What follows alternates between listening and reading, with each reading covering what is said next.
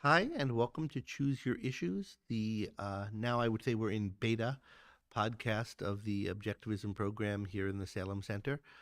We're getting together. This is Ben Bayer of the Ayn Rand Institute, and I'm Greg Salmieri of the Salem Center here at the University of Texas, Austin, to discuss issues of the day and our thoughts on them. We're assembled on campus with a small studio audience, and people are welcome to stop in and maybe join us at the mic later. Um, our topics today are, well, it's been a busy week since we last did We've this. both been traveling around the country to do different events. Yeah, so two of our topics at least relate to events I've been at, but you were also giving a talk, so tell me just a bit about that. I gave a talk on the relationship between altruism and various COVID policies up in Dallas, blaming both the Democrats and the Republicans for the policies they enacted. Also, went to then North Carolina for talk to a school. I talked to the students about Anthem and the philosophic drama in Anthem, and to the teachers about some issues in pedagogy. There's a philosophy of education conference taking place here next weekend, so which I'm speaking at on the relations between political, moral, and pedagogical issues and questions concerning schools. But then you were at a conference just recently, this weekend, right, in at Stanford, and the topic was academic freedom. Yeah, the Stanford Academic Freedom Conference. It raised a little bit of controversy. You can find some articles online about it. It was really organized by some people at the Hoover Institute at Stanford, but for various reasons, it was through Stanford's business school. The Salem Center here at Texas was a co-sponsor of it. And there was a who's who of either canceled academics or people who are concerned with cancellation. I put cancel a little bit in scared quotes, meeting to discuss the issue of academic freedom. And one of the things I want us to talk about today is that conference and that idea of academic freedom and the concerns about cancellation. I second the use of scare quotes, especially if they're getting to present at this big conference that everybody's writing about. They still seem to have some life in them. Well, some and not others. So some people were fired from positions and so forth and suffered real consequences, and we can talk about that. So anyway, one of our topics is academic freedom and the Academic Freedom Conference that just took place. One of a number of events like this that are taking place around the country. That's one. Another, you've got your I voted pin on, so we can talk about it is election day. And another thing that happened this, I guess, since we last were on is both of us went to the polls. I don't know how much we'll talk about that in particular, but the kind of issues or concerns around voting. And the third topic relates to something else this week. On Thursday of last week, we held a debate here on campus between Alex Epstein and John Dockett about the title was Net Zero Carbon Dioxide Emissions by 2050. Should world governments enact net zero policies? And I thought we might have some reflections on that. Yeah, so you want to start with the debate? Yeah, let's do that. Let's start with the debate, and then we'll decide which is the natural transition next to the election or the conference. So I wasn't able to make it live since I was traveling to Alex's debate, but I did watch the recording, and I noticed at the beginning, so you were, I guess, the moderator, and you introduced the talk. You introduced the debate by saying you thought one good thing about debates is that they give the audience an opportunity to think about what's really true. Do you think this event would have given the audience in attendance the chance to do that on this kind of issue? Um, yeah, but I think yes, I think there were disagreements among the debaters. I think the disagreements were interesting and could really provoke thought, but they weren't as far apart as you might hope or expect from a debate like this. Um, Professor Doggett, who's a professor here at the business school, began pretty quickly. He was taking the affirmative that world government should enact net zero by 2050 policies, saying straight off that we cannot reach net zero by 2050. And what is, just for the benefit of our audience, what is net zero So the idea policies of by 2050? reducing carbon dioxide emissions to the point where we are, on net emitting no carbon dioxide by 2050. So we might emit some in some places, but some things absorb carbon dioxide, and so we're not raising the level of carbon dioxide by our industry by 2050. Okay. So policies that amount to that. So, but interestingly, the Professor Doggett, who's advocating the affirmative position that we should aim for this net zero policy, he wasn't what you might describe as a radical green or anything. No. He even said, interestingly, that he thought fossil fuels were necessary in the transition to whenever it is that we achieve this policy. Yeah, so his view is that we need to transition off fossil fuels. It's something that has to happen slowly. We should be promoting renewable energies and other technologies that we need, like battery technology and so forth, that we may need to get that. I know we didn't talk about this as much as a debate, but he's very interested in smart grid technology and so forth. And his view is we need to go in the direction of bringing down CO2 emissions. He had not only because of global warming, he was very concerned about particulate matter pollution and so forth.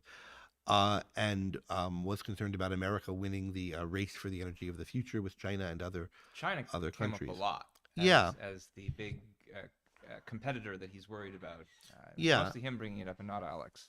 That's true, but I mean, a lot of people who think, as both of them do, that there's nothing we, at least America, could do to get to net that could have much of an impact for net zero on the world by 2050 is just looking at China and India and how much more they're emitting than we are. You might think even if we got to zero, if they continue on their current course, the future of how much emissions is going to have more to do with how those countries continue and how countries that are just starting to develop. But anyway, with respect to the kind of overall thesis, he said, like, this idea of net zero by 2050 is impossible. If you tried to force it through, you just tried to at all costs we're going to do it, you would create a catastrophe. But intelligent, moderate policies that are aiming at this, that don't cut everything else flat until we get it, but rather help us in that direction, are the right way to go. Again, because we need to eventually get off of fossil fuels, and I think he saw this as a kind of shoot for the stars, hit the moon kind of idea. Alex's view, by contrast, Alex Epstein's view was that the current energy crisis is a result of our having implemented some policies just a little bit, just started to implement policies aiming at net zero. And if we did it totally or consistently, as Alex stressed, some people, not his opponent, but are urging us to do by radically restricting fossil fuel use and so forth, that we would create real disaster. And even the little I think he said apocalypse, and even the little 1%, as he called it, that we have of it already, he blamed for the energy crisis we're having. There were two things I noticed about the debate that I think one of which I know you want to say more about, but one thing I noticed was that Professor Doggett was in the habit of characterizing Alex's position as though Alex was, we should only use fossil fuels, as though that's what and in fact he's never said that. Even during the debate, he would say there's room for nuclear, and if someone comes up with an efficient form of solar or wind, great, but he just doesn't think that they have. So that was one thing, and he never seemed to grapple with that fact. But then the other one was related to something that you just mentioned, that part of Alex's argument is that to the extent that we're dealing with an energy problem now, Alex argued that this is something you can blame on people who've had, in effect, net zero policy ideas insofar as they've been trying to reduce the domestic production in Europe and America. And he never really seemed to grapple with that claim that Alex was making. He never really seemed to address it or answer it. There's a probably reliable debate strategy of if having to answer that is going to distract you from making your major talking points, it's probably better to focus on the major talking points. But since that was a pretty central issue in the question, like, do we have a problem right now that we need to solve with this proposal? And if the problem, in fact, is because of the proposal, it would seem to be a pretty fundamental central point to the debate. And so it was interesting that he wasn't really grappling it. Maybe you noticed him grappling with it in a way that I didn't, So but I didn't notice I it. don't think it was an issue of John dodging Alex's position or something like that, or intentionally mischaracterizing him. I think there's a respect in which they were seeing past each other a little bit, Mm-hmm. or talking past each other a little bit, because I think John was, and I think not implausibly, taking for granted that governments are going to make lots of detailed policies to do with what energies on the grid and what do we like. Governments run the grids and set policies for the grids and so forth. And there's no world in which they don't have a finger on the scale, in which governmental planners aren't involved in making some kind of decisions about what kind of energy we're going to use going forward. He's in favor of what he thinks of as more market or light touch kind of solutions, but it's not something that could be done by a private market entirely. And I think so I just think if somebody's advocating, we need to use more fossil fuels, we shouldn't be trying to get off fossil fuels too quickly, it can only sound to such a person like you want these utilities, you want the government bodies that set policies about these utilities and so forth to be picking, fossil fuel favoring policies rather than renewable favoring policies, because the idea that there could be a policy that's neutral, I think is sort of not Neutral real with respect to what kind of energy we're using or whatever. And I think it's not real to him, and I think it's reasonable that it should not be real to somebody, because government, power is run by utilities. There are all kinds of embedded in government, and it's not obvious what a free market in power would look like, how it would work, given that the transmission lines work the way they do. And so I think there's a little bit more to be said than Alex could in the debate, or I'm not sure about how it would work. But more to the point, I think there's a need to really focus deliberate attention on, if we're talking about an energy freedom strategy, which is Alex's name for what he's advocating,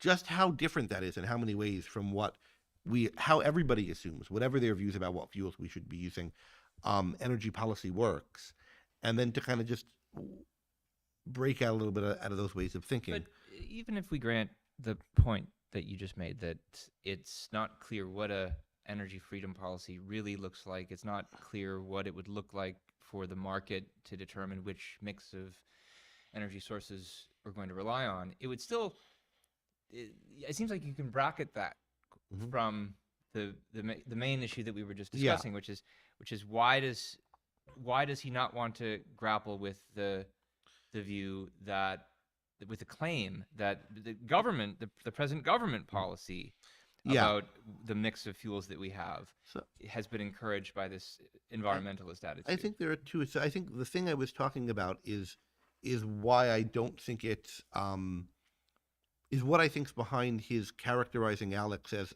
thinking we should only use fossil fuels, always, even though Alex wasn't saying that. But I think how different what he's saying is from what everyone else is assuming as the kind of range of possible views here when you're talking about how policy gets set. How different it is sort of really hard to see if your head is in the policy space. And I think it's even when the evidence is clear that he doesn't mean X, it's hard to see what else he can mean for someone who's thinking like, well, these are the policies, and what specific policy changes will be made at a certain level of detail. There's an issue of how you it's easy to see why he might have been a little puzzled, and then why he would have reacted to that puzzlement that way. But the bigger issue, I think, is that to me what the debate was really about was whether ideas matter. That's what I saw as the thing that they weren't seeing eye to eye on. The thing that really stood out to me was Doggett finding it bizarre and funny, and keep on stressing on this, Alex's idea that the UN is leading things, they're causing things, they're a big player here. Come on, the UN, they're full of hot air, they don't do anything, they just issue resolutions, no one acts on. Seemed to be his view. The UN is leading things, China, Texas, places that are drilling or building solar panels or whatever, but like some, stuffed shirts at the UN seemed to be his view. And you could see a couple of places where not just him, there was a questioner who seemed incredulous at Alex's idea that net zero policies caused the energy crisis. Really? I mean, isn't there anything else he said that could have caused it? I think alluding to the war in Ukraine and so forth. Surely current events are the cause, not some airy-fairy policies. And the other thing that Doggett kept on stressing is, if you look at the facts, forget about the UN. Who's leading here is China, and China's building solar panels and all this kind of solar infrastructure faster than us. We've got to catch up with them. And at the same time, who's in charge of fossil fuels? Who has most of the fossil fuels? Okay, America produces a lot, but in the world also, Russia and OPEC. And insofar as we're reliant on fossil fuels, we're reliant on Russia and OPEC, and they're bad actors, and they've got us, in an uncomfortable situation and so forth. And, that's the real problem. What are the UN? They're irrelevant. And I interpret all of this as not thinking ideas matter that much, because to me the issue is, yeah, okay, but why is it that Europe is dependent on OPEC and on Russia in particular for its fuel needs? Why isn't there a lot of fuel development in Europe? And I take it the reason is that, more concretely, why isn't there fracking in Europe? There's fracking in America. The reason why America is one of the top energy producers is precisely because we had a shale revolution with fracking. There's no reason that can't happen in Germany or in France or in England or anyplace else. It's not about the geography. It's simply about whether they use these technologies there. Why aren't they using these technologies there? Well, because they're in pursuit of net zero. They're in pursuit of a goal of what they think is important and right and so forth, a goal that's kind of spearheaded and championed by the UN, not the UN alone, but they're the kind of, as an international organization, the main ones promoting it. And it's because they're bought into a certain view of how energy should work and what our priorities should be, that Europe is not developing their own fossil fuel resources, but also not taking seriously what would be needed to meet their energy demands without these resources. It's a kind of commitment they're made to that's not practicable, as both Doggett and Epstein think, to get off of fossil fuels so quickly. But they think they ought to and have to do it. So what they're doing is not developing their own fossil fuels, pretending that solar and wind will be able to do the job quickly when they won't, and so relying on the people who don't have the kind of scruples they have about doing what they all think is right, which is Russia. I think it's fairly obvious to me that the reliance of Europe and America on foreign oil powers, especially Russia in Europe's case, is because of various environmental policies. Not just net zero, because notably, I mean, Germany has shut down all of its nuclear plants, and so that's nothing that's going to help them achieve net zero. If anything, it'll make it harder for them to do it. But the common denominator there still is the environmentalist opposition to nuclear power, and I think there's a similar trend in France, which traditionally has relied heavily on nuclear power. So it's to me, it seems like it's a no-brainer that the crisis that we're facing right now is because of those policies. I know not everybody knows the facts on the ground that would lead them to see that. Surprising to me that the professor didn't realize that. It's not just the policies; it's the ideology that motivates the policies. It's the one step back, right? Well, and that was the next thing I was going to say, where it's clear to me where the policies that this crisis is coming from. What's less obvious, I suspect, to more people, even the ones who read the Wall Street Journal that reports constantly on the policies causing the shortages in Europe and so forth, is the role of ideas. And you highlighted, and I guess Alex highlighted the UN, but it's broader than the UN, right? And it's not some kind of one world or conspiracy theory where they're secretly behind the scenes pulling the strings and levers of national government policies and destroying their sovereignty. It's rather that the UN has a major bully pulpit for world leaders and thought leaders to advocate this kind of environmentalist ideology. And that's one place among many other places, universities, international organizations, where you see the same kinds of ideas being preached. Yeah, it's an organ for the formation and dissemination of an international consensus on these issues. But it's not, I think, because of the UN that there is that consensus. They're just, loud representatives of it, and particularly esteemed representatives of it. So they're people you can point to make clear that this goal, this idea is mainstream rather than, what some kooky professor way out on some limb thing somewhere. So,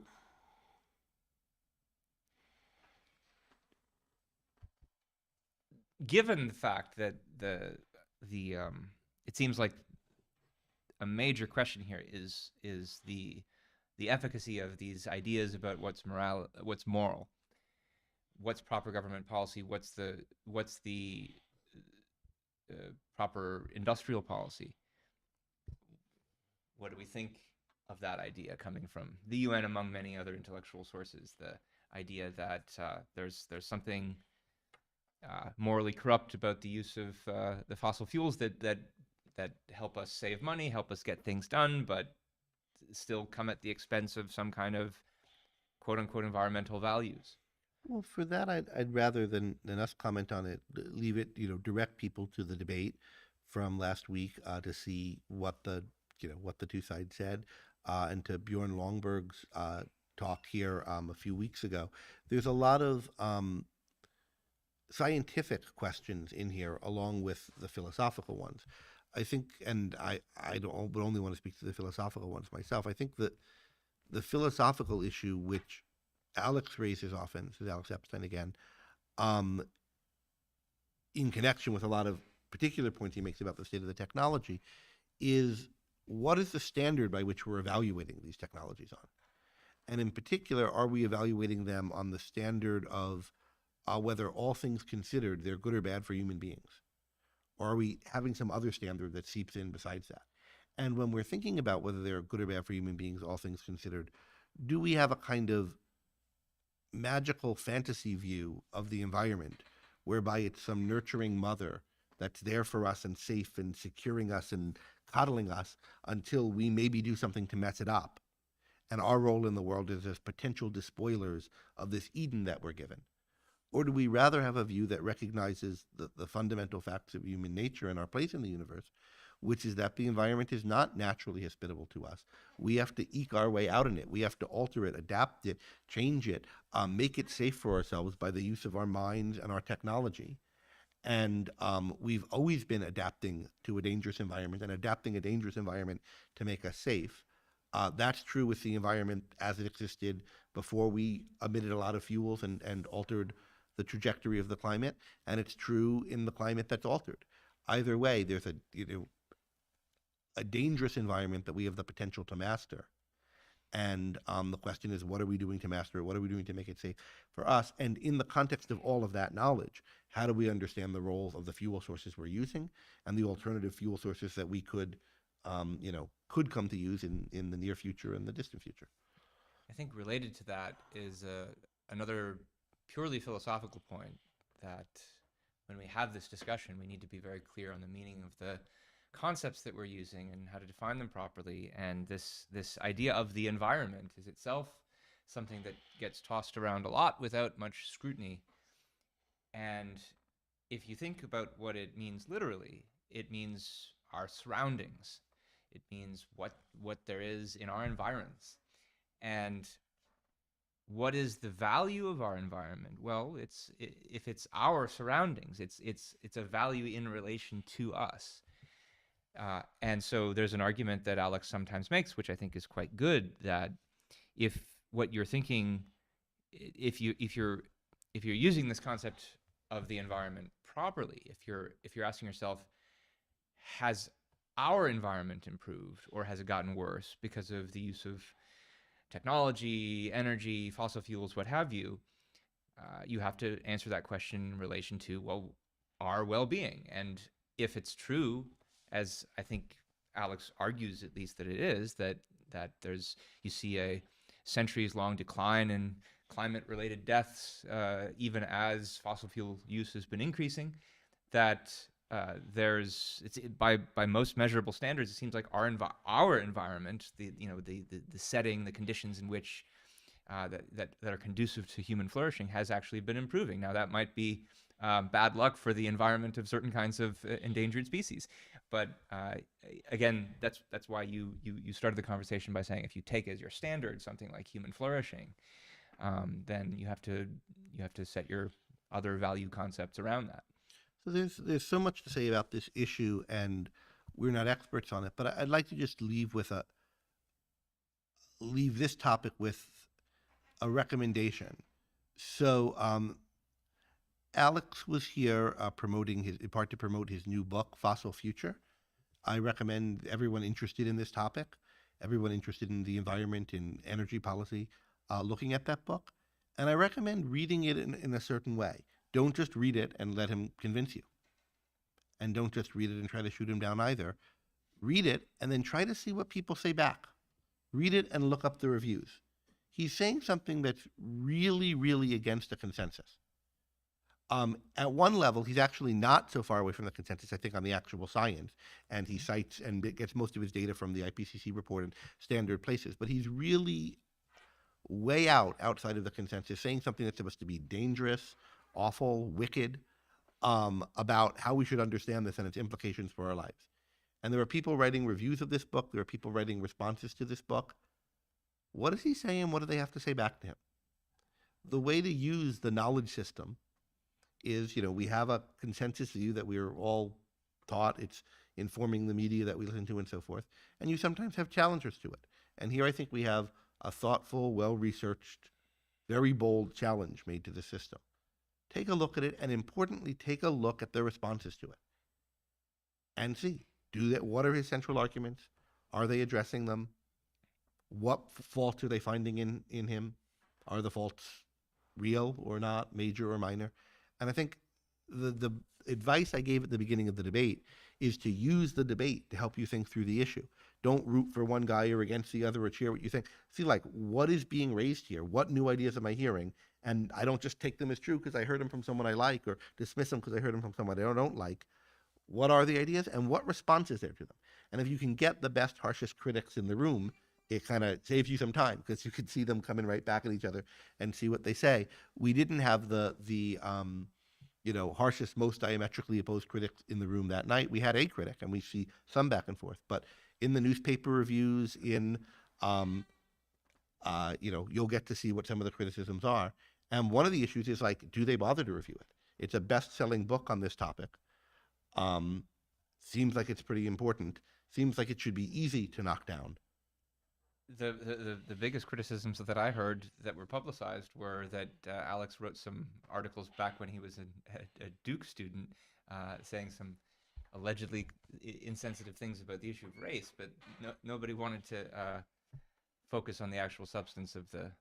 Yeah, I think that's damning, but or telling about that one reporter who wrote that, or the few, because it came up in a few places. But I don't want to. Let's just not assume that maybe this one person was falling down on the job, and someone else will come and have something. But if you notice, review after review, time after time, it's either not mentioned, the issues are dodged, then I think that tells you something. So look, judge for yourselves. So by way of a transition to the next topic, I noticed during the debate that at least a couple of people asking questions in the audience remarked how refreshing it was that a topic this controversial was being discussed on a college campus, as though this is something they're not used to because they're so used to controversial views being shut down. And it turned, I guess you told me behind the scenes part of the reason for that perhaps was because it wasn't as much of a controversial debate as it might have been. You couldn't find somebody very far to the environmentalist side who was actually willing to debate Alex on this. And so the prevalence of actually controversial debate on campuses is the subject of the Academic Freedom Conference that you were at this weekend. Yeah, I mean, a few thoughts just on the comments about this at the debate. I don't think it's true that, you can't voice these kinds of ideas on a campus, that all hell comes down on you when you do. We didn't have any special security at the event. Nobody came and protested it. It was clear, what kind of ideas at least one of the debaters was going to put forth at it. And, I don't mean to say these, violence doesn't sometimes happen on campuses, that certain ideas aren't very unpopular, that people aren't sometimes afraid to say them, but it's not like this kind of thing is vanishingly rare. We're doing it every week. We have events on all kinds of controversial things. This isn't even the first one we had on energy policy saying something outside of the consensus view this semester. So people have, I think, exaggerated view of how seldom it happens. On the other hand, this is Texas. yeah, but it's not the only campus where you see something like this. On the other hand, we couldn't get the kind of debate we ideally would have wanted with somebody, willing to have out the issue on a stage from the kind of, harder green side than Doggett, who wanted to say, we can get to net zero by 2050. We need to do it. It's urgent. And here are the policies that would do it. And there are people in the world who hold that, a lot of them in prominent places. And, again, we couldn't get any of them to debate him. Now, maybe we didn't do a good enough job looking, but we tried, and we tried to find someone in particular from the campus community. But yeah, so we had this academic freedom conference. I don't know. Do you want to say anything more to frame it? No, that was my main segue because I wasn't at your conference. So. Fair enough. Who was there? It wasn't my conference. Who was there? What were they talking about? It was the very fact of the conference itself was rather controversial. If I'm to go by this article I saw in Inside Higher Ed, I take it. So this was a conference at Stanford last weekend. It was a conference on academic freedom. It was organized by John Cochran and some others to do with the Hoover Institute there. It was hosted in the business school. The Salem Center was a co-sponsor of it. And it was originally going to be a kind of closed meeting. That's not anything unusual or nefarious. Most academic conferences, certain people are invited, and those people go and talk to one another, and then later they write papers or whatever, and it's not, for the whole world to see. But it got some bad press as a kind of secret cabal or something, and they decided to open it up and live stream it. So it was available to watch on the internet, and you guys could find it. Just Google Stanford Academic Freedom Conference, and you can watch 2 days of it. Anyway, in part before I knew it was going to be live streamed, and when I thought it was going to be secret and all insidery and I could get there, I decided to go, and I wanted to hear what was said. It was a lot of people, a kind of who's who of people who see themselves as canceled or having been canceled, who have been subjects of controversy for opinions they've expressed on campus in their writing or their teaching or on Twitter, and then they faced blowback, who have faced or were worried about facing professional consequences for what they said, being fired, denied a promotion, or something of that sort. And people who were concerned about this kind of phenomenon, who think there's a seriousness on campus, that there's a lack of kind of free exchange of ideas on campus, that there's a threat to what they call academic freedom. And it had, quite a lot of people, many of you will know, who were, some of whom were subjects of recent controversy. So Ilya Solomon was there, who he had been at Cato for a long time. It's the Georgetown University professor who was fired right before he was supposed to take his new job. Did I say something? Shapiro. It's Ilya Shapiro. Ilya Shapiro. Yeah, I don't know why I said Solomon. Ilya Shapiro. He was just about to start as a professor at Georgetown, having been at Cato, the libertarian think tank for a long time. The Supreme Court. And he had a very ill-worded tweet about Ketanji Brown Jackson. Where he called her a lesser black woman. The context being he had said the best person for this job is a certain person, and he would have been great, but because Biden already committed to ticking certain demographic boxes, he's going to have a lesser person. So as I think it's pretty clear he didn't mean to say black women were lesser, but this woman was lesser. But anyway, he apologized for the tweet and he took it down. But there was still tremendously untactful and poor wording, and but anyway, it created quite a furor, and there was a question of should he be able to keep this job, and he was eventually, he resigned. Yeah, he was. They didn't fire him, and they said you can come and work, but we're going to have our eye on you in effect. And they didn't fire him for a technicality because his contract had officially not started yet. So he didn't take that job, and I think is he at the Manhattan? I forget where he went to, but he's at another think tank now rather than in legal academia. So he was one example of someone who was there. Joshua Katz at Princeton, who was the subject of a cancellation controversy, was there. I think the most Jordan Peterson spoke. Jonathan Haidt spoke. Greg Lukianoff of FIRE was there. I think probably the most, another one of the controversial academics who was there, also in law, was Amy Wax, who is under various disciplinary action Penn? from the University of Pennsylvania Law School for her views and actions, which I will say I think are uncontroversially racist and such that I wouldn't want to, racist and not compatible with being a good teacher, such that I wouldn't want to hire her as a teacher anywhere. But whether they're within their rights to terminate her tenure and so forth, I think that those are issues of legal technicalities. Well, that seems like a good amount of data to discuss the following philosophic question. Just as we were discussing before with the energy issue, we as philosophers should be clear on our concepts and ask, are they well defined? Does the definition serve a good cognitive purpose? Here's a concept: academic freedom. Someone like Amy Wax, I take it, would argue that her statements were protected by academic freedom. She shouldn't be disciplined or fired because of this value that the universities are supposed to protect. So, what is academic freedom even supposed to be, and does it make sense as a concept? I mean, I don't think it does. I think there are ways that a university might want to have its policies regarding faculty and what they can be hired and fired for and so forth that might be wise policies, at least for some universities to have, that would preclude firing Amy Wax in this situation. And it might be that those are the policies that Penn has and they ought to abide by them. I'm not sure about the details of what Penn's policies are. But the concept of academic freedom, I think, is something more than that, and I don't think it's a valid concept. What is it even supposed to mean, though? Well, so the idea is that professors oughtn't be able to face professional consequences for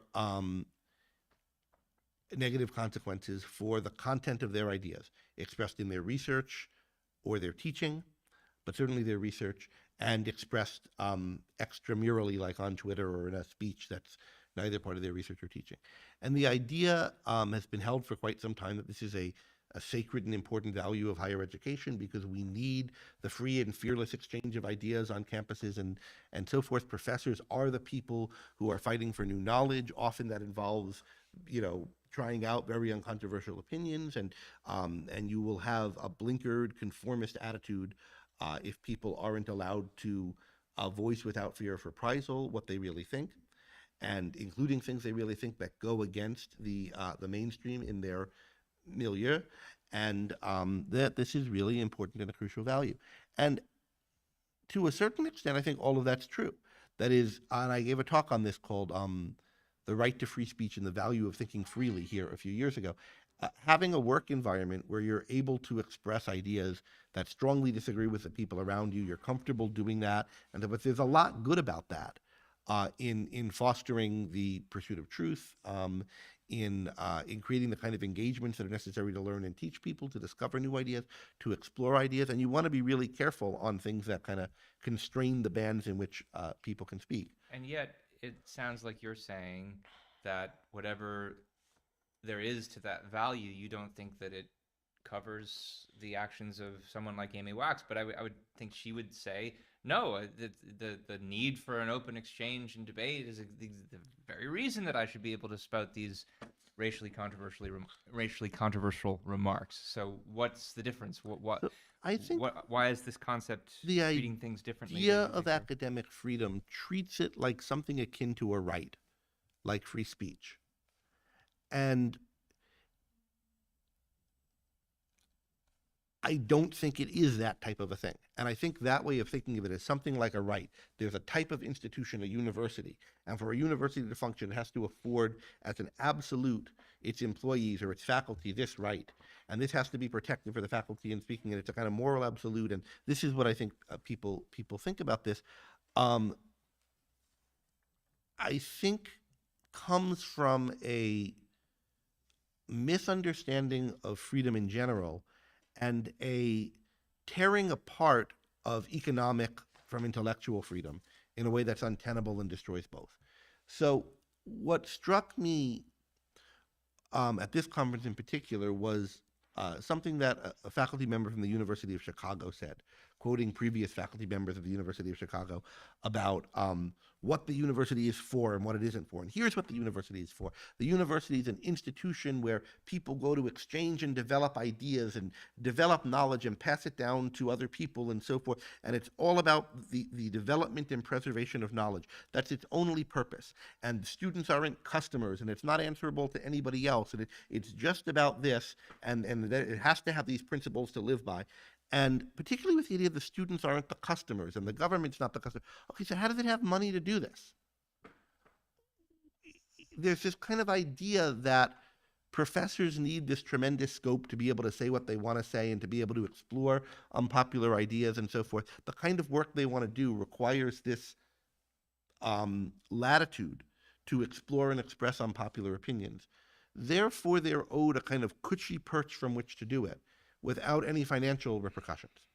They're owed a position that pays them, that doesn't make their salary dependent in any way on whether people want to hear them, whether people agree with them or not.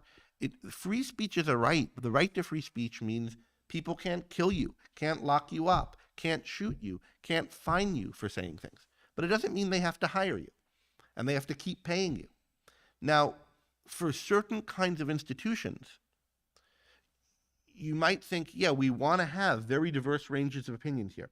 We want to have people given a whole lot of rope, a whole lot of, a whole lot of space within the confines of this job before they're, outside of the scope of what they're employed for, before they're fired, to explore all kinds of weird, wacky ideas, things nobody would agree with, things their employers wouldn't dislike, because we think that that's what's needed to get this job done well.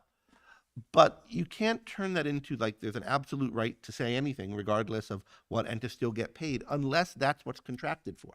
Now, maybe that is what certain schools should be contracting for.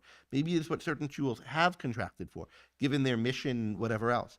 But whether that's their mission and their jobs and how those contracts are written has to depend on the whole of what this institution, this school, that school is doing. And that's got to include how is it getting its money? How is it not being, if it's getting its money from the government, well, then that shouldn't be happening in the first place. But here we are at a state school, and there are many state schools, and we could talk about how state schools ought to deal with this thing, given that they exist. But if it's not a state school, if it's a private institution, well, then I think it has to be judged institution by institution. What is the purpose? What are the goals of this institution? What's its business model? How is it functioning? And then I would kind of like to work in a place that meets those standards that that some of the people were setting out for. It's a high bar to get in. Once you're in here, you can say whatever you want and you can't be fired. There's something nice about that kind of environment, and I think some of the schools that used to live up to that standard, or if they ever have, there's something positive about there being some institutions that work that way. But the idea that this is how every institution of higher education should work, it really depends on their business model. If you have an endowment that can last forever, you're kind of somehow insulated from the needs of making money, and you're going to decide like how you're going to spend it. Maybe this is one good way to spend it, but to say this is how any university should function.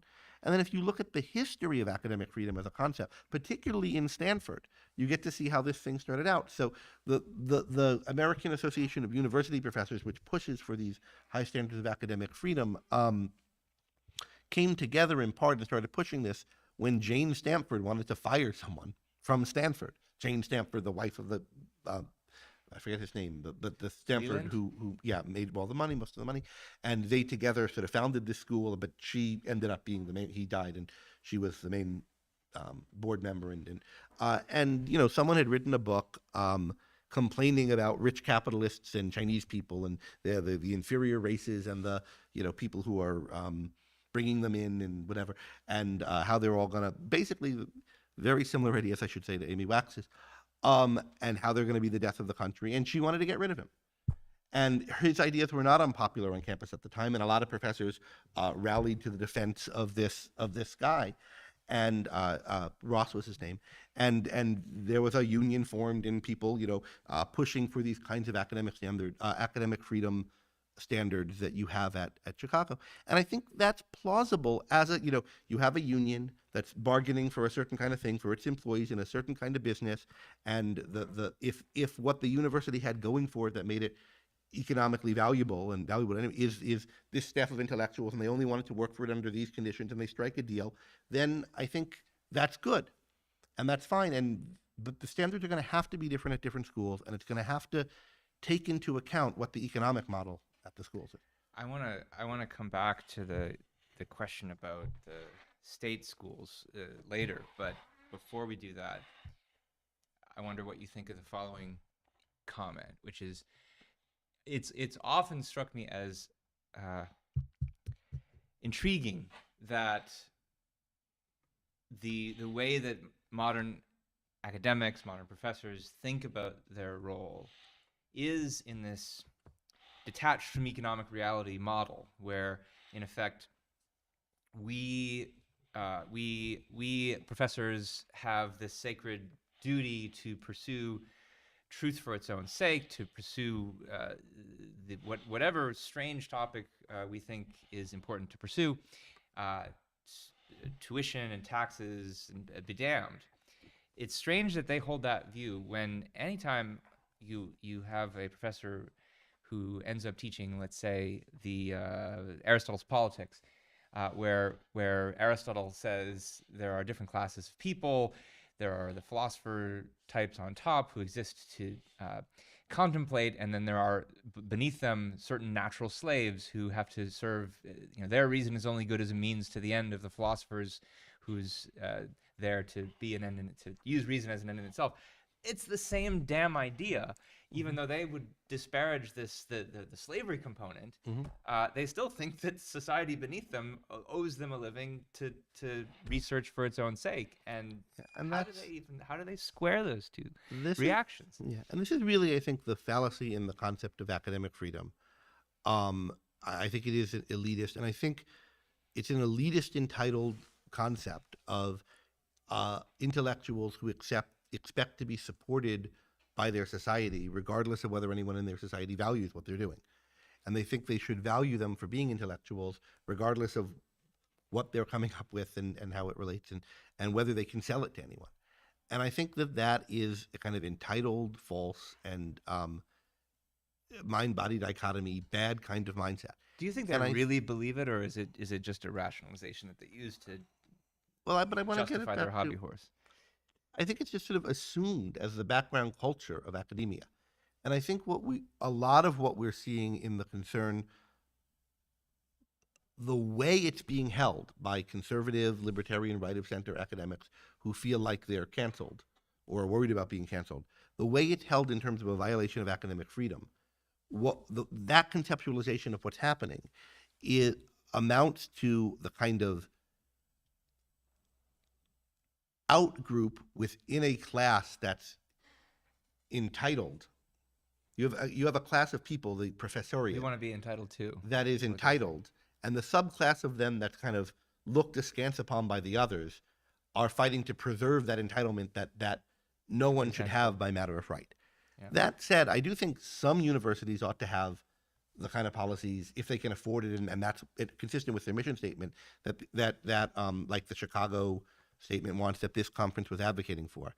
Just not all of them, just not as imperiously. And even then, they're going to have to draw lines, right? They're going to have to decide that some kind of ideas, even if they're controversial, even if controversy is necessary for learning, they're going to decide these are hostile to a learning environment for whatever reason. Well, the idea would be that there's some very high bar people pass to get hired, and then once they pass it, they're given free rein. But there's got to be some level at which what someone's saying is borderline harassment or something. But I think the bigger issue that the conference should have been about is there a kind of inappropriate censoriousness, hostility to ideas that really ought to be considered to be thinking properly and thoughtfully about issues. In present-day academia, is there this narrow band of things that people are considering, and there's a culture that's so unwelcoming, so hostile to other ideas, that people, don't think they could get careers there, don't come in, don't work on those ideas, those things don't get studied, and you get a kind of blinkered academia that's not thinking about a lot of what it should. And to that, I think, yes, that is true. That is a real problem, and it's a mistake, I think, to have it be framed in terms of academic freedom. It's probably worth commenting, just in case anybody watching doesn't know enough about who both of us are, because like we're both academics, or I'm a former academic. It's not like we've had an easy time dealing with the current intellectual environment. Surely there are many jobs both of us were passed over for because people didn't like something about our research interests or our ideas, and so it's not like we're And uh, also because we hadn't published enough in the right kind of places, which places didn't want to publish the kind of stuff we wanted to write and not so like forth. we weren't writing. Right. So And so, and that's going to be typical of a lot of people whose views are outside of the mainstream of whatever field they're in. Um, but I think, so I think there is a real problem here.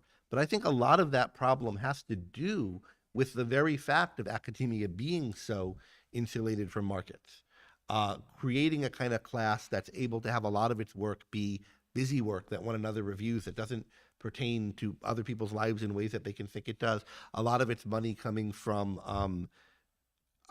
certain kind of cozy relationships with governments and so forth. So I think there's a the lot in taxpayers are a captive audience, in effect. They don't have a say about whether they're going to yeah, get to pay tuition or not, and from the wrong kind of relationships formed with financiers of the past, people like Stanford and the people who endowed all these colleges, who without many conditions. without enough conditions and let them create institutions that have the financial wherewithal to go on indefinitely, but which don't have governance structures to make sure that they are serving the kinds of values that their benefactors may have had in mind initially when they were funding them. So I think there's all kinds of things wrong with academia, including with the kinds of ideas that are shared in academia. And there's a lot of overlap in what I think is wrong with it, with what some, though not all, of the speakers at this event thought. But I think the framing of it in terms of academic freedom is and is toxic. And I think it undercuts the real kind of concepts we need to think about to solve it. You know, And yeah, I think that the entitlement mentality that you mentioned before, especially the kind that arises among people on the right of center who feel entitled to the entitlements that the left of center people are getting, but mhm. they aren't getting them. It's it, I've so I mentioned we're both. Well, I'm a former academic. You're a current academic. But a It's non-traditional, a non-tenured stream academic, a absolutely, kind of yeah. in So an unusual kind of position. we're both sort of in the same boat on this kind of issue, and for my part at least, something I've often found helpful in thinking about this, and I think one reason that I've never really gotten too resentful about not having been more successful is thinking about these very issues. Like, yeah, probably got passed over for a lot of jobs that I could have done well with, and people who maybe wouldn't have done as well got hired instead. Yeah, but okay, most of these jobs probably in philosophy probably wouldn't even exist in the free market system that I advocate. We're way overproducing philosophy students and philosophy graduate students and philosophy, and there's not enough jobs for any of them. And so, uh, should I feel entitled to a job that maybe wouldn't even exist in the system that I advocate? Probably not. Now, that being said, given that these jobs are here Mhm. uh, and they're influencing the culture, we do have to think about what is the better way for them to be staffed. And so that gets me to the other. I don't think we know whether there be more or fewer people teaching philosophy in a different culture. I mean, Well, things are there so wouldn't be they any wouldn't at be these so and so state particular university where things I applied functioning for a in the job. way that they are, right? The world would be so different that I don't think you can, count this kind of stuff. But This particular university wouldn't precisely exist because without the world would be so different, Mhm. it's still a reason to check one's resentment, Yes. because you're resentful about not getting a very particular job at a very particular concrete university, and that place wouldn't exist if things were very different. You don't know how they would be. You might. I often think I wouldn't even be in philosophy if we were in a different universe. I'd have gone into geology and dug oil out of the ground because I wouldn't have gotten fascinated by all these controversies that exist in the real world or something like that. Um, but I did want to come back to the state-sponsored university issue, because given that, see, so I agree with you in principle about the problem with the academic freedom concept. Mhm. The premise of what you said, I think, there is that higher education, like all education, needs to have economics. It needs to be offering value to customers who want to trade with it. But we exist in a system where that's not the case, where it is funded by taxpayers who have their funds expropriated from them, and then that money is used to support ideas that they don't necessarily agree with. And so much, even in the private universities, is determined by so much of the money comes from government now. And so, with that in mind, you have to wonder, well, okay, yes, people should be able to, if we were talking about a private system, people should be able to be fired if they are not meeting the expectations of their employer. But when it's a state-sponsored system, the employer is who? It's the government, it's the people, it's the taxpayers. Mm-hmm. Does this have implications for? Are there different standards we need to exercise? Like if somebody's spouting an idea that's unpopular with the taxpayers, is that a reason then to fire them? Or is it rather that because of the fact that government shouldn't get involved in the business of ideas, that it can't have any standards about what are the right ideas to teach, what are the wrong ideas to teach? Yeah. And is there even an answer to this question? I don't really think there is. I mean, I think one has to try to keep, I think this is part of what gives rise to the concept of academic freedom, which I don't think is a valid concept. I think you have to try to keep the universities as content neutral as possible, as viewpoint neutral as possible, to allow speech on a wide range of topics and so forth within a university. But and you certainly can't at a public university, I think, fire someone for what they say outside of class, for expressing a certain opinion, because that would then be the government taking a position on that opinion, and that would be a First Amendment violation. Indeed, it seems like you can't do that now under the law. That was one of the points Eugene Volokh made in giving a kind at the conference and giving an outline of what's the current state of law regarding this. However, it's inherent in having a government university that the government's already deciding, it's worth teaching engineering. It's worth, we don't have a university that teaches astrology. We have a university that teaches some things, not others. I think that's a good decision, no astrology and some engineering, but it's already making decisions on what ideas are worth promoting, what ideas are worth teaching. It has people, the professors it employs, that have to make decisions about things like, what counts as reasonable positions within this field that we're going to hire somebody to teach. We don't hire a creationist to teach biology. Well, sometimes we do, but you might have just met one. Yeah, I was talking to one over dinner the other night. But we don't hire, we don't hire an astrologer to teach astronomy and so forth. We have to decide what represents reasonable views within this field. Who makes that decision? Well, the previous generation of professors hired by the university, but they're working for the government when they're deciding that. And the government decides how much to fund the university. Can we create a new department? Can we create a new sub-university? And so forth. And the whole thing is unconstitutional, not in keeping with the First Amendment, an establishment of ideas, an establishment of the equivalent of a church, right, with certain doctrines being supported.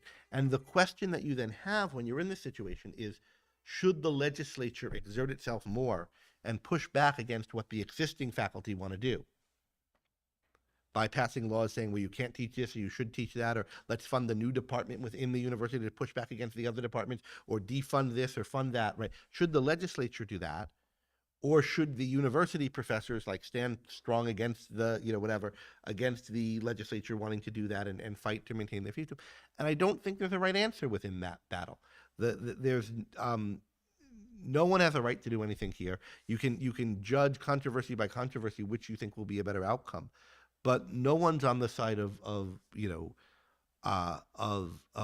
right on fundamentally in most of these. I think insofar as you have a situation where the universities are way demographically,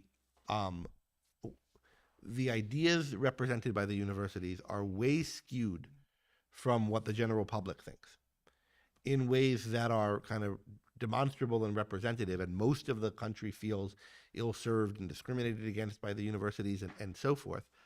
I don't see how you can think that's not a problem if the university is getting its money from those people. And I think insofar as there's evidence that there's kind of, skewing refusal to hire people with views distant from the mainstream or whatever, and one could demonstrate particular cases of it and what the views are, I don't think it's unreasonable for the legislatures or for the whoever it is in government, insofar as they do anything like this at all, to push back and try to balance things. But I don't like that. It's very dangerous. They're doing it. I mean, there's no way to do it well. So, It strikes me there are better and worse ways to do it. And so one thing that worries me about any effort by the legislature to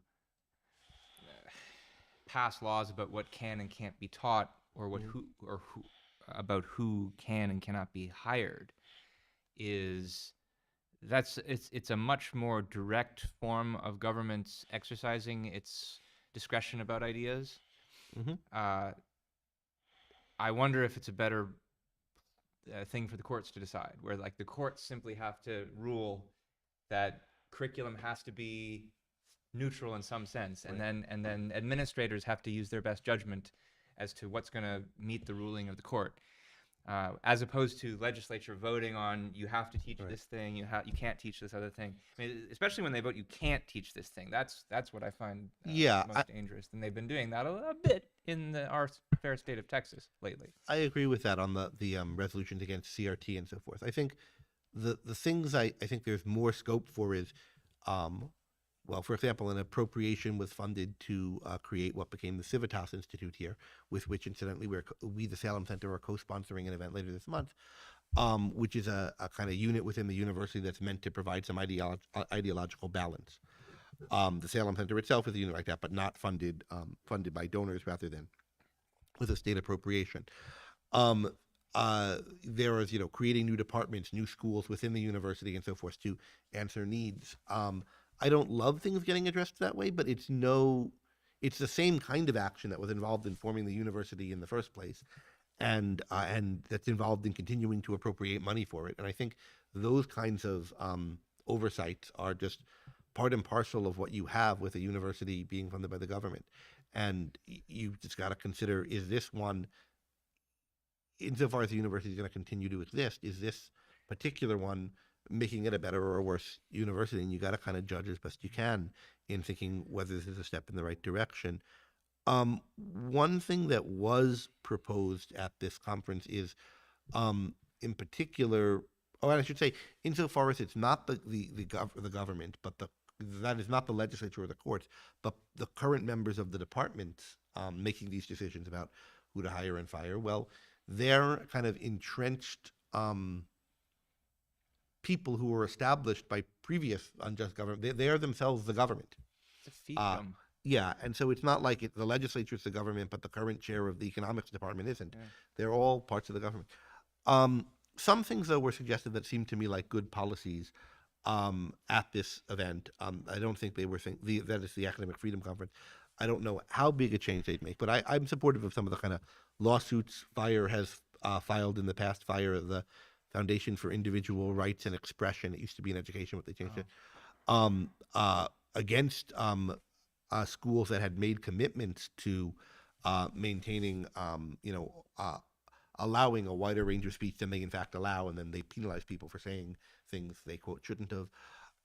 And there were questions about what kind of commitments to ideological diversity or freedom of expression schools can sign. How can they, should members of those schools encourage them to sign? And I think in often cases they should, alumni, faculty, whatever.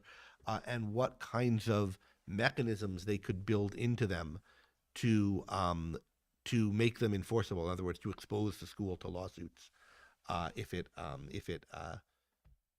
violates these commitments.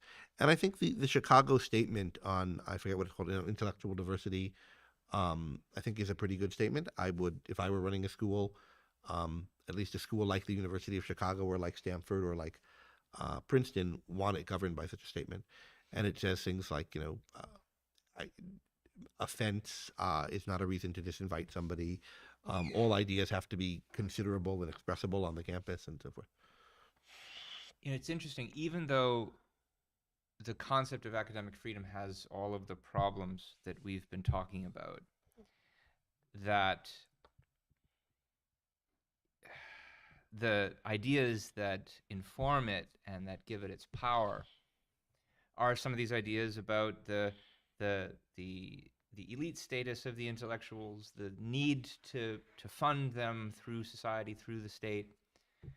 And even though academic freedom has the very real problems we've discussed, I mean, there is such a concept as intellectual freedom. Mm-hmm. And it does strike me that there's a conversation you can have about what happens when the state controls all of the major outlets of the intellect, or the major institutions of higher learning, and there's no way to make a living as an intellectual except, in effect, through a government meal ticket. What's interesting there is that the ideas that lead to the concept of academic freedom, which is this entitlement mentality of the intellect, in the end up actually violating some kind of intellectual freedom, insofar as the government now is put in the position of being the arbiter of which ideas are going to be permissible to teach our students. What kind of faculty is going to be hired? What kind? Yeah, etc. And that's a interesting connection and a serious problem. And it reminds me of when I was in graduate school, I had a professor who I liked a lot. I respected him as a thinker. And one of the reasons I respected him was because when I was his TA in a bioethics course, there was a unit on socialized medicine versus free market medicine, and he got wind somehow of the idea that I was a free market guy, and so he asked me to give a lecture to class on the subject, and he was going to give the lecture on the other side, and I thought that was cool. So I did that. But the interesting part was about when he was giving his lecture, I think he was anticipating some of the arguments that I was going to make. He let me have the last word. It was also very nice. And he said something to the effect of, there are people who complain that if medicine is funded by the state, that it will somehow interfere with the freedom and the rights of the doctor. And he said, but I'm a state employee at University of Illinois. I don't feel my salary is funded by taxpayers. I don't feel like my freedom is in any way violated. And in the late 90s, early 2000s, things were kind of nice on American college campuses, at least compared to the way they are today. I wonder if someone in his position would be thinking the same thing today, given the atmosphere on campuses, given the difficulty of actually debating anything controversial, the kinds of consequences that you're sometimes punished with if you speak out. Yeah, I think again there are plenty of controversial things that get debated, but there are certain views that are really stigmatized, and that people holding them, people don't want to talk to them. People want to throw them out, and it's in some cases their views that I think are rightly stigmatized. In other cases, not. But in other cases, their views that I think are true. But the fact that the social environment on campuses is this way, even when nobody gets canceled or drummed out or whatever, just it becomes an environment where people who hold certain kinds of views that need to be argued about, need to be within the pale of discussion for anybody to understand what they're saying well, to understand the arguments on all sides, aren't welcome, and people don't go into the field. And you get things like, Yale Law School, where, it's generally thought that any kind of conservative views on jurisprudence are so unwelcome there. But that's a real problem if you're training lawyers who are going to argue in front of the Supreme Court, which has a conservative majority, and you're missing something, right? The paradigm case of this, to me, is I'm looking at the list of people who are at this conference, and one name I don't see, and I have thoughts about why she's not there, is Kathleen Stock, whose treatment at University of Sussex, if that wasn't a violation of her outright intellectual freedom, I don't know what it was. It's not just that she didn't get to keep the job. She ended up resigning because she was being constantly physically harassed by her students, by her colleagues. Her administration wouldn't step in to protect her. And all because she thought there's such a thing as real biological sex, and that certain transgender ideologies are at odds with the rights of women. And she's also a case of someone who I think is actually right about what she's advocating, and not just a fringe person who needs to be protected, even though she's wrong. Yeah, I haven't read her. Some of the bits I've seen, I agree with, and others I'm skeptical of. But the point is, it's not an issue of whether she's right or not. It's an issue of, is this an idea that, if wrong, is such that it's beyond the pale of reasonable intellectual conversation.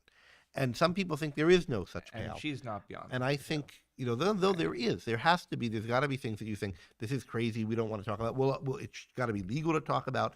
There will be places in our society where it's talked about, but it's not serious. It's not something well-educated people have to contend with, because we all know that it's flaky. There's always going to be and should be things like that. But if you have a situation where all but a very narrow view on something is considered like that, if you think that there are no views that are wrong on a subject, but that aren't so disgusting and verboten that nobody needs to hold them and you can't talk about them, then I think you have an environment where where reasonable thought is impossible. And what I worry about with the trans issue is there aren't people saying, so-and-so's view is wrong, so-and-so's view is very wrong. I can name you 100 people who are wrong on the trans issue, but worth talking about. And then there's this one person here who has a horrifying view. It seems like anything that's, wrong is also wicked, evil, such that decent people wouldn't want to deal with them. And any kind of issue that has that flavor about it, I think you're looking at an issue where there's a kind of toxic orthodoxy and it's stifling thinking. But it's even worse than that in the case of the debate around I think Stock. Stock is clearly a person who, if she were wrong, she would be on the reasonable side of wrong, right? She's not. And nobody is even willing to debate or explain why they think she's wrong. Is the worst. She's a heretic who's a persona non grata, and we shall simply not speak of her. I doubt that's why she was not here. I think it's more likely. I suspect there were characters on the characters on the menu that she didn't want to be associated with, and probably rightly so. And I don't know. I've never met her, and I don't know if she was invited. I wasn't involved. But I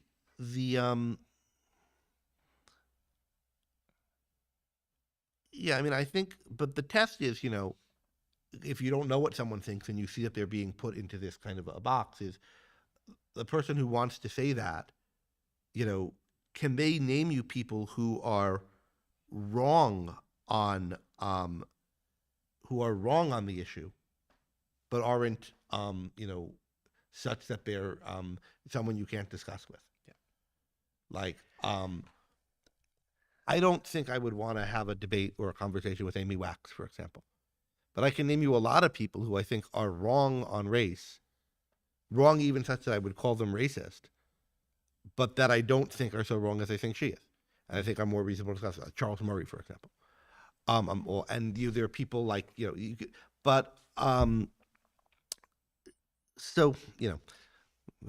should probably be the subject of another conversation. But one thing I want to pick up on that we're seeing in the chat. By the way, we have a microphone if anyone here wants to come up and say anything. Do we still want to get to the election issue? I want to say a word or two about it, but I just want to just answer one question here quickly, which is someone's asking, is the University of Austin an example of a free market university? I think so. Well, it's a new private university that's being created in Austin. Neil Ferguson, who was one of the people at this conference we were just at, was plumping for it there. I have some friends who are involved with it, and I wish it well. I think nothing is quite free market entirely in current education because Are they going to rely on student aid? I think they're going to allow for it. I don't think they're going to follow the Hillsdale model of you can okay. accept it Well, all. that would make them less than perfectly. But I don't know. I don't know. What their plans are with that. But I certainly am. I'm hopeful about it and hope that it does well. I think we need new universities and new experiments and ways of doing universities. But one of the things that I'm a little worried or disappointed about with the University of Austin is I don't see much attention to the kinds of things that I think you would have to be thinking about to think about how to build a new university that's better on these issues. Like, what's wrong with the governance structure of existing universities? Mm-hmm. They say a lot, we're going to be a place for free speech and free expression and the free exchange of ideas, and we're not going to cancel people and so forth. obviously, there are things they're going to make choices about who they hire and who they don't hire. They're not going to hire astrologers to teach astronomy and so forth. So they are going to have standards. How are they going to enforce them? What are they going to be? How are they going to tell who's in and out? What are their standards going to be? What are the enforcement and governance mechanisms? It might be that if they just use the same kind of mechanisms that existing universities are doing, but have a kind of recess, start with a fresh group of people, and the people they start with are relatively reasonable. The same governance methods will, lead to a saner, more useful, more range of expression university for a generation or two. I'm not sure that's true, but maybe it's true. But what I'd like to see is some thought about, like, how should this thing be organized? What's the proper governance structure? How is funding going to be is going to come about, etc.? What are some new ideas for university management that we could have that we think would address things? Is there going to be tenure or not? If there is going to be tenure, how is it going to work? How is it, like those kind of questions? I'd like to see some innovation there, and maybe they will innovate there, but I haven't heard anything like that. And when I spoke to the founder of it at one point over dinner, kind of pushing him on this, he didn't seem to have much along these lines to say yet. That's a good point, because if you look at the way a lot of quote unquote woke activism works on campuses these days, the stereotype is that it's the crazy lefty professors who are teaching the kids the ideas, and the kids go off and march around. And sometimes it's like that, but it more often than not, in the cases I'm aware of, it's often coming from the administrators. It's administrators who were academics at one point themselves, who in some cases are on crusades of their own. In some cases are super sensitive and worried about reactions from the students, whether or not their worries are justified, and as a result, taking punitive measures against the professors because of what they worry the students, how they worry the students will react. So there's definitely a governance issue there. I will say there was an article in the Chronicle of Higher Education a week or so ago about UATX.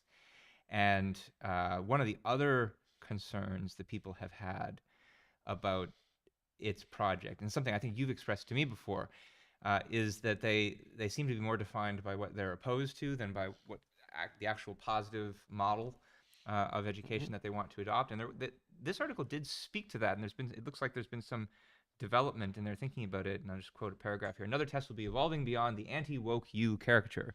The founders hope that UATX will attract a cross-section of students with varying backgrounds and ideological leanings, but that could be difficult if it's seen mostly as a place where right-of-center undergraduates go to have worldviews reinforced. Several people connected with UATX told me that they don't want the university to be seen as the southern version of Hillsdale. That may be why Pano Canales talks about UATX as mission these days. His tone is less strident than it was in his announcement essay, and goes a little further. But so they've picked up on this criticism. It seems. Yeah, I think they always had some of this in their goals, and it's not wrong that they start with something they're against. I mean, often you notice a problem in the world and you try to fix it by creating an alternative. But at some point in their development, hopefully they'll have something to offer about here.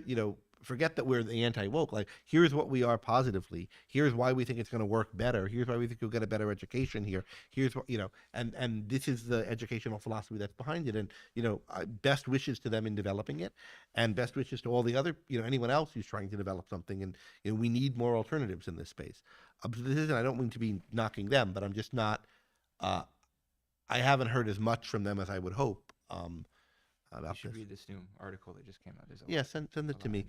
So let's see, any other things about the conference? One other note about the conference. I thought it was sort of unfortunate that, and I think this in general with the discussion of censoriousness and the need for heterodox ideas, a lot of it was, there was a lot of discussion about the problems with diversity, equity, and inclusion initiatives on campus.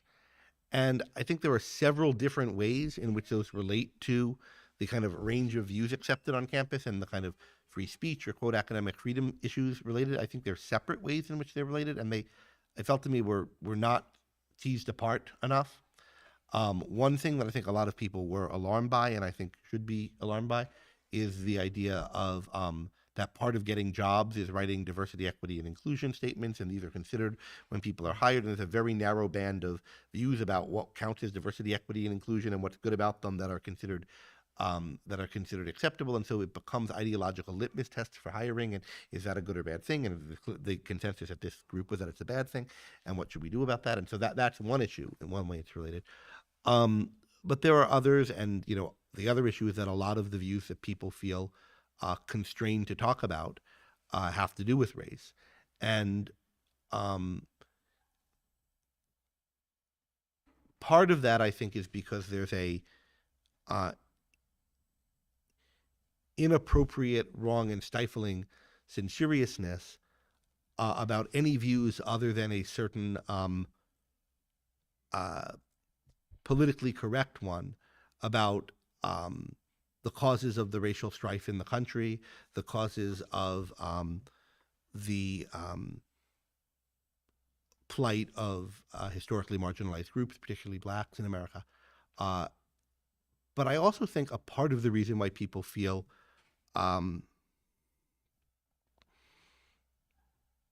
censored or censured around that issue is that there are proper taboos in polite society against, opinions that are really despicable, racist kind of opinions that are really despicable. And there are people who hold them and want to say them. And again, I think Wax is one of them, who are, upset that they're not allowed to spew their vile that I think ought to not be acceptable in polite society. And, one has to think about what exactly are the lines, and for different contexts and different people, there are different lines. But one of the movies a movie that I really like is 12 Angry Men. I show it to my classes every year. It's a movie about reasoning and prejudice of different sorts. And there's one moment in the movie where one of the characters who's, voting to convict, it's a courtroom movie, a jury room movie, who's been voting to convict the accused, but his reason turns out to be a kind of racial bias. Eventually, all the arguments kind of fall out, and he goes into this racist tirade.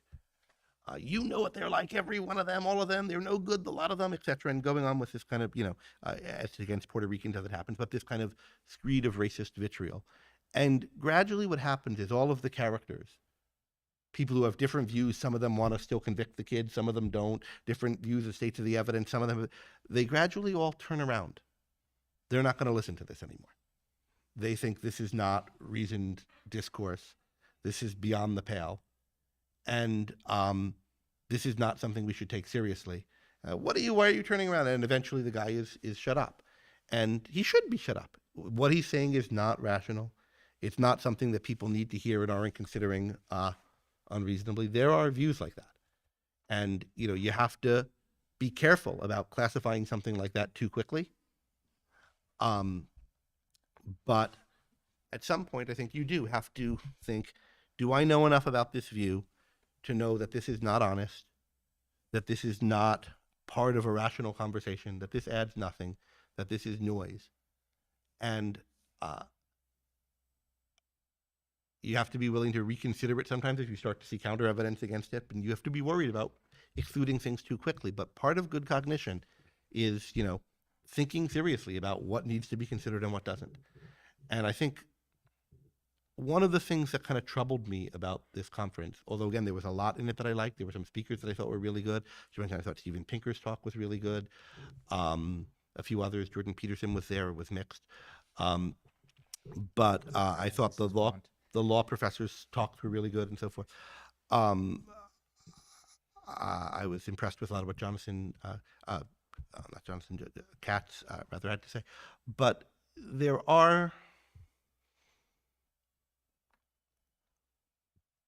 is a premise that nothing should be out of bounds of conversation in any context, at least in a university, that we should all, if people are being frowned upon, castigated by their friends, subject to disciplinary action, we should always assume that they're right. It was too quickly assumed when people from the stage were presenting their cases that everybody in the audience would be on their side. And I don't think that should have been assumed. I couldn't tell in some cases of what people were telling their story of what exactly they did, how they got in hot water, whether they should have gotten in the kind of hot water they did or not.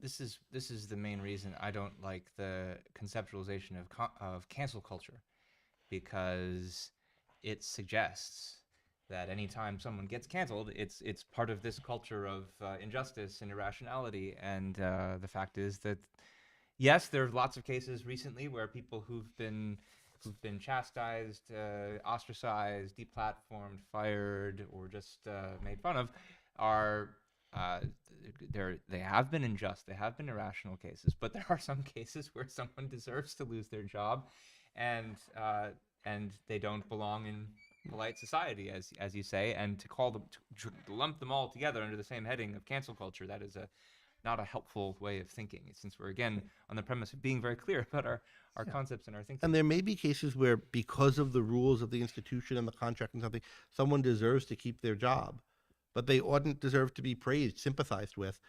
They shouldn't be fired. They should win their case, but people should treat them as a pariah. And I want, in a group that's getting together to discuss these issues, real sensitivity to that. And I don't want it to be assumed that everybody in the group will be on the same side, that this person on the stage was treated badly. Part of why I'd like the parade of the canceled to be there, if they're going to be there, the parade of people who have grievances, is to like give us data to think about. Like, do we think all these cases are the same and different? Which of these, were all these people mistreated? Were only some of them? Most of them? Which one? And I'd like them to present their cases and their situations to the audience in the spirit of like, I expect you to be judging me and thinking about that and thinking about, am I right or wrong? Is my position reasonable or unreasonable? If unreasonable, bad enough that I should have been fired for it, that I should have suffered this controversy. And I didn't see enough of that. I thought it all is like, we're all on the same side here. And over some dinner conversations and other things, I think it started to come out that, well, we're really not all on the same side. And I worry about pretending it. And I worry about the pretense that we shouldn't judge. I think judging people by their ideas is important. And the whole reason why anything in the realm of academic freedom, the whole reason why the free exchange of ideas matter, is because ideas matter. And this gets us back to a theme from the debate on climate change. Ideas matter. Ideas they come from how you think and from what kind of person you are, and they impact how you live, what you do, and what kind of person you are. Ideas are part of what makes you good or evil, what makes you creative or destructive. And you damn well ought to expect to be judged by your ideas, and you damn well ought to be judging other people by their ideas. It's because of people's ideas that they're sometimes cases bad people, or they contribute to it, or good or great people. It matters that we judge people on ideas, and it's because it matters that we judge people by ideas, because ideas are so important to who we are and what we become, that it's so important that we get our ideas right on these most important issues. And that's why it's important that we read widely, that we consider things that we disagree with, that we think about, like, I'm really so impassioned about this idea, but is it true? What would somebody who disagrees with me? To make sure I'm not the one who has it wrong and it's not making me worse and leading me to do bad things. Insofar as we need to consider a wide range of conflicting opinions, part of it's because we need to make sure we're right on these issues because it matters that we're good on them. And if you have the idea, oh, we need to consider all kinds of things and it doesn't matter, and you should never judge somebody by their ideas, what it amounts to that you're saying is ideas don't matter. Ideas are a bunch of hot air. Maybe somehow we discover truth and make new technologies as a result of them, but they don't matter for the course of civilizations, for goodness and badness, for what kind of a person you are, for whether you're going to be good or bad to the people around you. But they do matter for those things. That's why they're so important.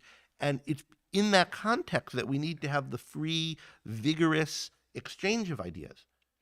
But we have to conduct that exchange in a tone where we take them seriously, including taking seriously that ideas can be on fire. They can burn down the world or illuminate it. And indeed, if you didn't think that ideas mattered and that the truth mattered and that ideas move the world in this way, why would you want a job as a professor? Isn't that the reason that a good professor wants to be a professor? And if it's not the reason that you want to be a professor, you have to wonder about why they want the job after all. And the fact that, yeah, some of them do seem to have this kind of entitlement mentality where it's not that my idea is true and that people are going to recognize the value of it if I can persuade them. It's rather, I don't care what they think. I just want to be given my little playpen at the expense of the taxpayers. And that's a view you see or not just on the left, the but also on the who right. created the endowment in the Yeah. past or whatever. Yeah. Yeah. All right, we've been going for a while now. I don't do. I don't think. Do we have the energy? You've got your I voted pin on. Do we have Uh-huh. time to say anything about Maybe we the can just election? say the polls closed 2 minutes ago in Texas, so we can't say go vote. Um, but maybe we should just make this uh, a future episode reflecting on the results.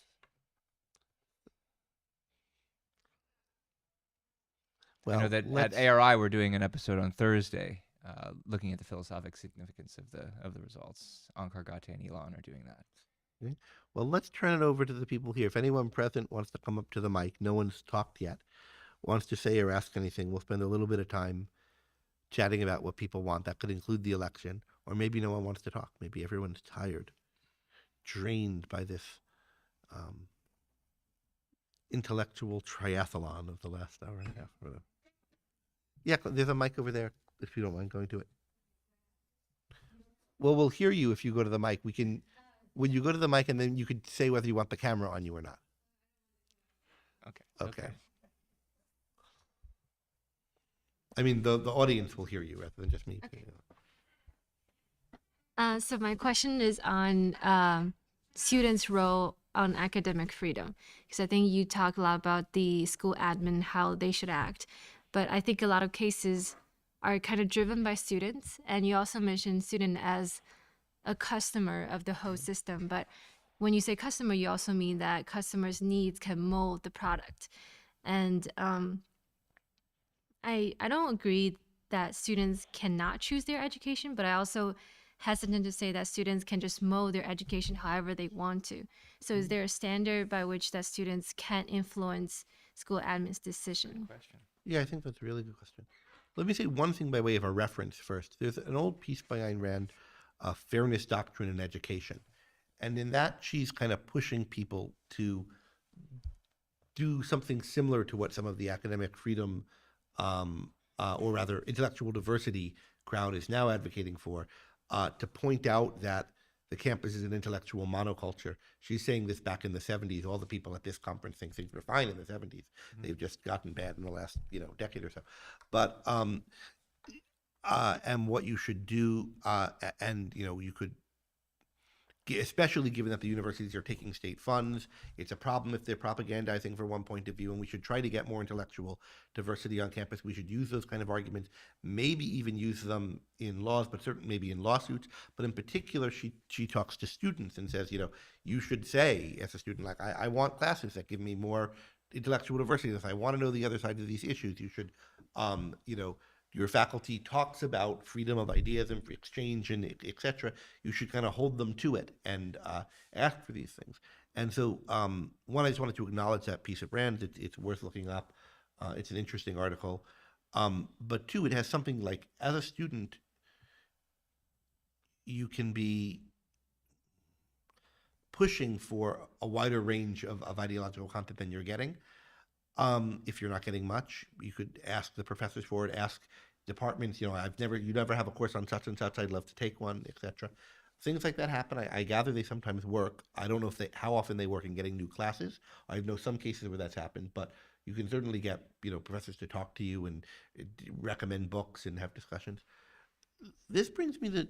But are you asking, can students mold it, or are you asking, should they? Should they? Or that's what I thought she was asking.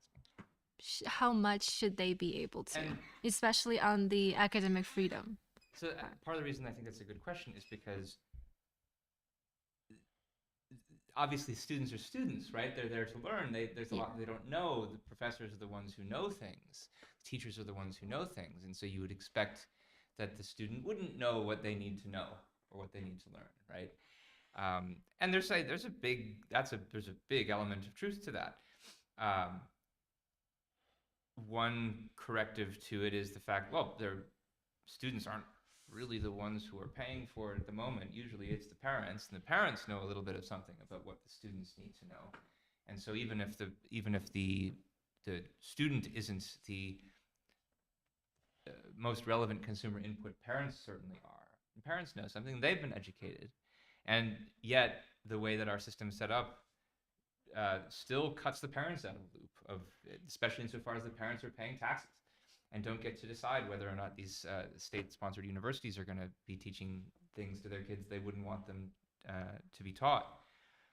But it's also still true that even though students are students and don't know as much about professors and don't know about as much of what they need to know, I mean, it's still their life, and it's still they're the ones who have to take the knowledge they're given and do something with it. And they still have to, on some level, appreciate the relevance of what they're learning to their life. And to that extent, their input is still relevant. And it's not like they should be the ones sitting at the board of directors or the board of trustees of the university deciding which classes are going to be held. But I think teachers listen to their students and listen to their feedback for a reason.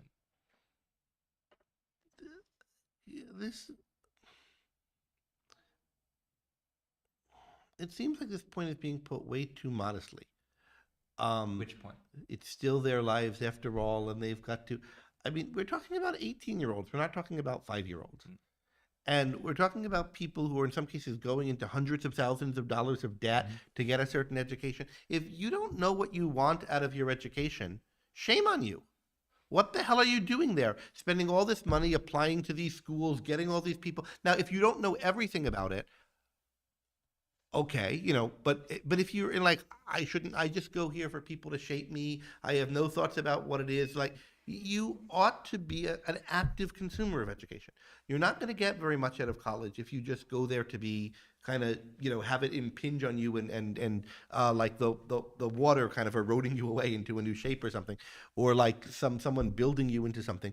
You're not going to learn much that way. You're not going to, if you're someone in college, you're old enough to be thinking about what do I want out of life and what do I want out of my education. If you're not thinking that already, you should start thinking it. And if you're in school, particularly if you've taken out loans or you've made commitments for this, you're on a premise. There's a reason why you're here. You should think about, why am I here? What do I want out of this? How am I going to get it? And I think you should be actively thinking about it in choosing your classes, in picking your major, in how you approach the classes. I think, maybe shame is putting it a little too strongly, but I want to create the issue of like, this is up to you. It's your life as a student. You don't have to be here. You could be doing something else with this time in your life. What are you trying to accomplish by being here? And I think you really should be thinking about, what do I want out of my education? And how can I be a more active consumer of it? A lot of people are very down on the universities. A lot of people at this conference were.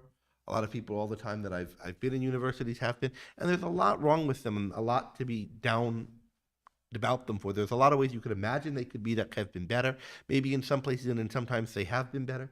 But the fundamental thing that a college or a university is a place where you can learn things. And there are tremendous resources on every college, every university in the country.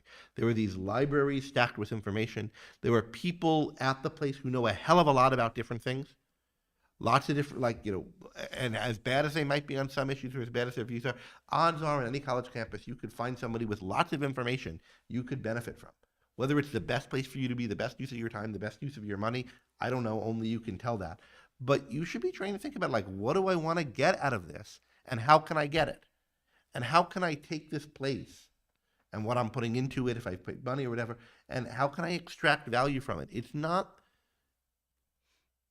the world's job to find you a place in it. And if it's the university's job to educate you, well, you still can't expect it to do it. Ultimately, it's your job. And it's your job to use it as a resource. And, maybe high school, we could expect the teachers to do it or the parents to. So what does that mean with regard to selecting things there? Well, I think the professors have an obligation, each professor in his class and the department to the student, and to sell what they're teaching. Say, why should you want to learn this? Who do I think needs to know this? And how can I convince them that they need to know it? It's part of your job to motivate your lectures when you're teaching. It's part of the job to try to sell your classes. Like, you should write a course description that should attract people to it. If the professor doesn't do it, it's part of the job of the department to do it. Whoever's designing at the school the curriculum, you have to take this many classes of this and that many classes of that. They have to have reasons for that and give them to the students. And the student, in deciding whether to go to the university, You should decide what class do I want to take. If there's a set of requirements, you have to take so many liberal arts classes and this many science or whatever, you should think, do I think that makes sense? Maybe if I don't, I shouldn't go to this school. Even if I'm not someone who would take a class on, I don't know, non-Western art or something, do I think it's plausible that the school has the kind of considerations that are behind it and, whatever, or do I think it's a mistake that they have it? If I think it's a mistake, is it one that I'm willing to put up with? If I am willing to put up with it and I take the class, well, okay, now I'm in this class. What can I get out of it? What can I do to make the most of being here? So I think there's both from the side of the professors, the administrators, the department heads, and from the side of the students, there's a real need for a recognition that, like, the students are or should be here to gain knowledge that they want to need for their lives. The professors and everyone at the university ought to be selling themselves to consumers on that basis, and the students ought to be active and demanding consumers, looking for how to get the best out of their time here. But I agree with you, and in my time as a professor was continually shocked by how passive students were with regard to the value of with regard to the value they stood to gain from where they were as students. But I also think that, and here comes back to the parents somewhat, that part of the reason why it's not entirely the reason, because it's still ultimately the student's choice, but part of the reason why there are so many kind of passively minded students on college campuses is because so many of their parents have decided long ago that my child must attend college, because that's what all the other Joneses are doing. And so students are pressured into doing it through their parents, their peers, their teachers at home. And that same active-minded attitude that you just described about the way people should regard their choice of courses, their choice of curriculum, etc., is the same attitude they should have when they're deciding whether they should go to college in the first place. Absolutely.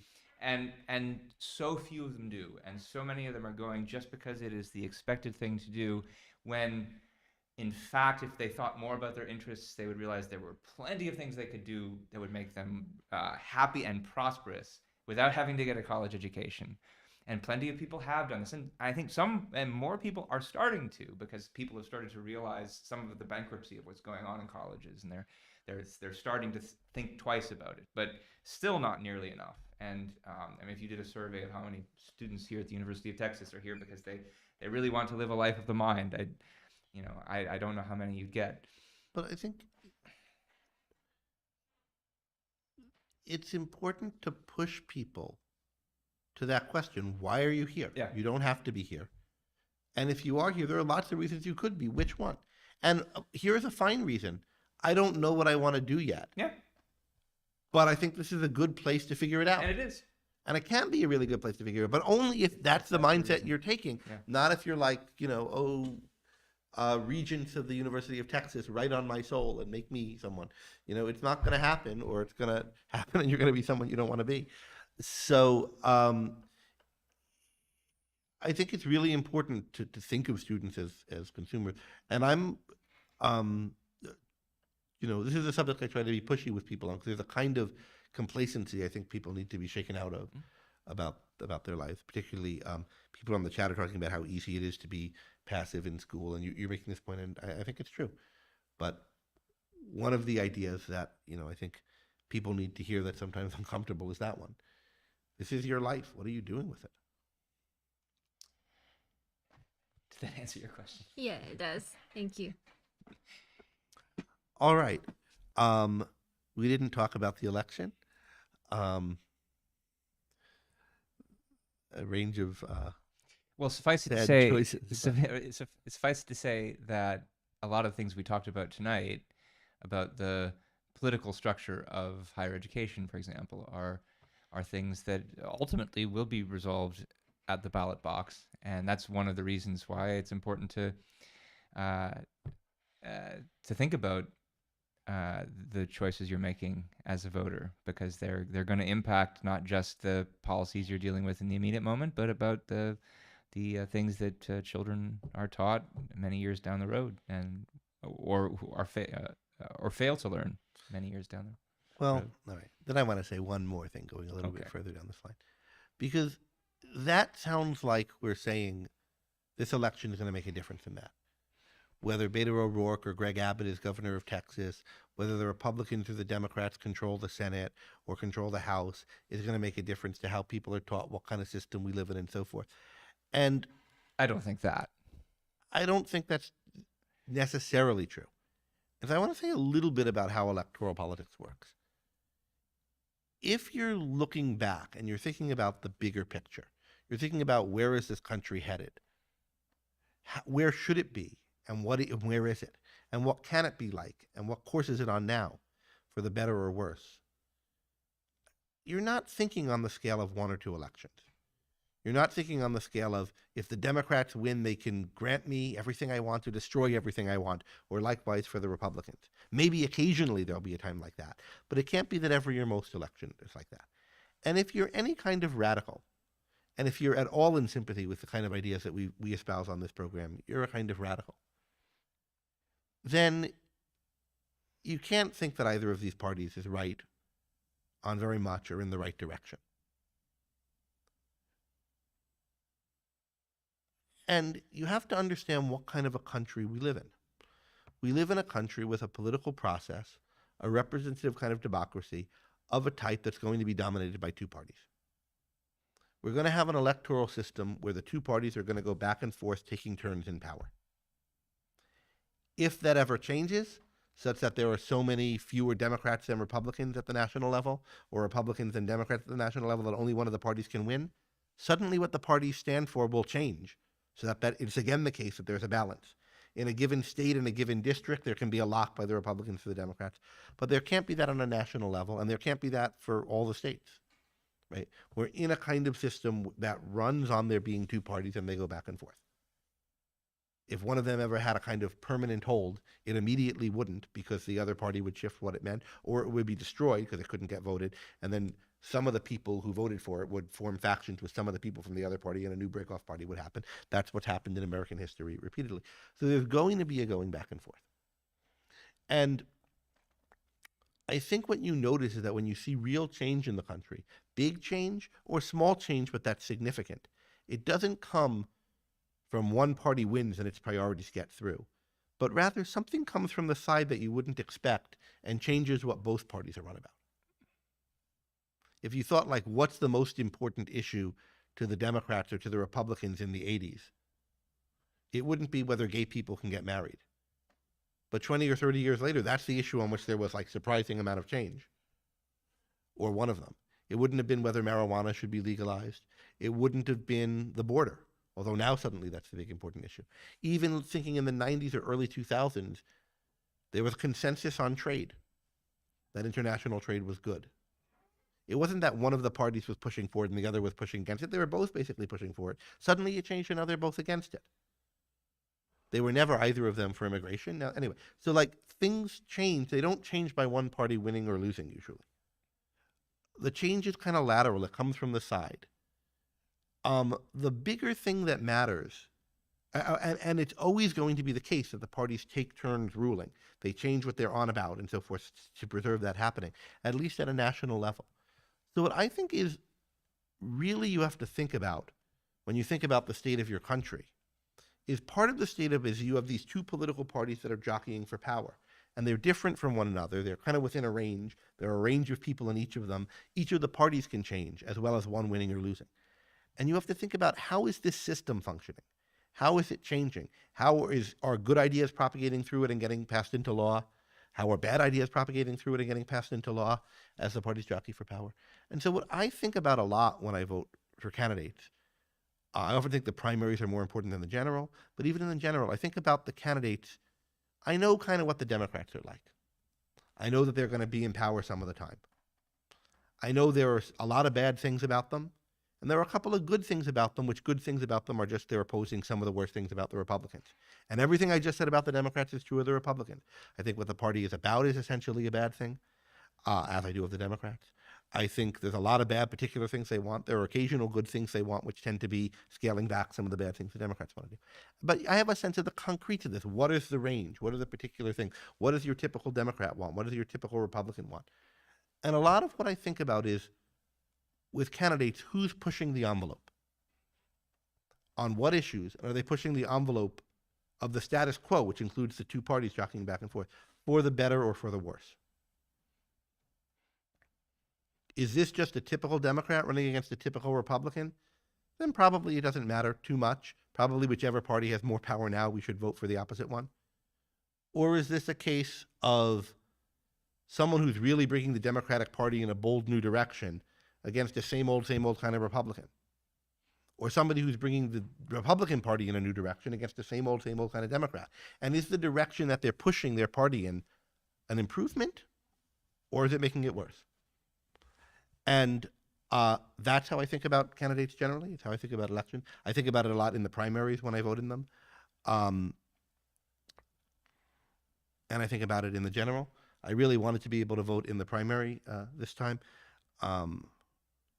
But I found in the Republican primary, which I was more kind of motivated to vote in, all the candidates that I hated who were in office currently that I thought were really bad, the people vying to replace them were even worse in all the same ways. I couldn't vote for any of them, and I couldn't see much difference among the Democrats, so I didn't research them enough to tell who to vote for that. But it's that is between one Democrat and the next. But it's a kind of difficult decision, but I think those are the kinds of things to focus on. In general, I like to push for gridlock at a national level most of the time. But I think you have to think a lot about, particularly now, I think we're at a time when there's a lot of change taking place in the parties, particularly in the Republican Party, but the Democratic Party too, is who's pushing for something new? What are they pushing for? Who's departing from the status quo? And what are they departing from it on? Those are the kind of things that inform me and who I voted for. I think given time, I won't talk about the particular candidates and what I thought of each of them. But those are the kind of considerations that are salient for me, and I recommend them for all of you when you're thinking about it. I've got nothing to add to that. Right, well, happy election night. I'm going to go. If there is such a thing ever. Bracing election night. What's the right word? Will you give someone solace or take care? Best luck weathering election night for everyone. And we will see you next week on another episode of Choose Your Issues, or at least I will. We're not sure what it's going to be next. One possibility, we're going to do this soon, if not next week, is Gina Gorlin joining to talk about unconditional love. But if that may or may not be next week. And I hope to see you all soon. Keep in mind, I mentioned the Civitas Institute earlier. At the end of the month, the 30th, there's going to be an event here co-sponsored by Salem and them with Yaron Brook and Mika Watson, debating or discussing anyway Ayn Rand and C.S. Lewis's respective views of the ills of 20th century authoritarianism. We'll have another episode of this next week. We might have an episode of some sort with Yaron while he's here. I've been talking to him about that. And those are things on the horizon. All right. Good night and have a pleasant tomorrow.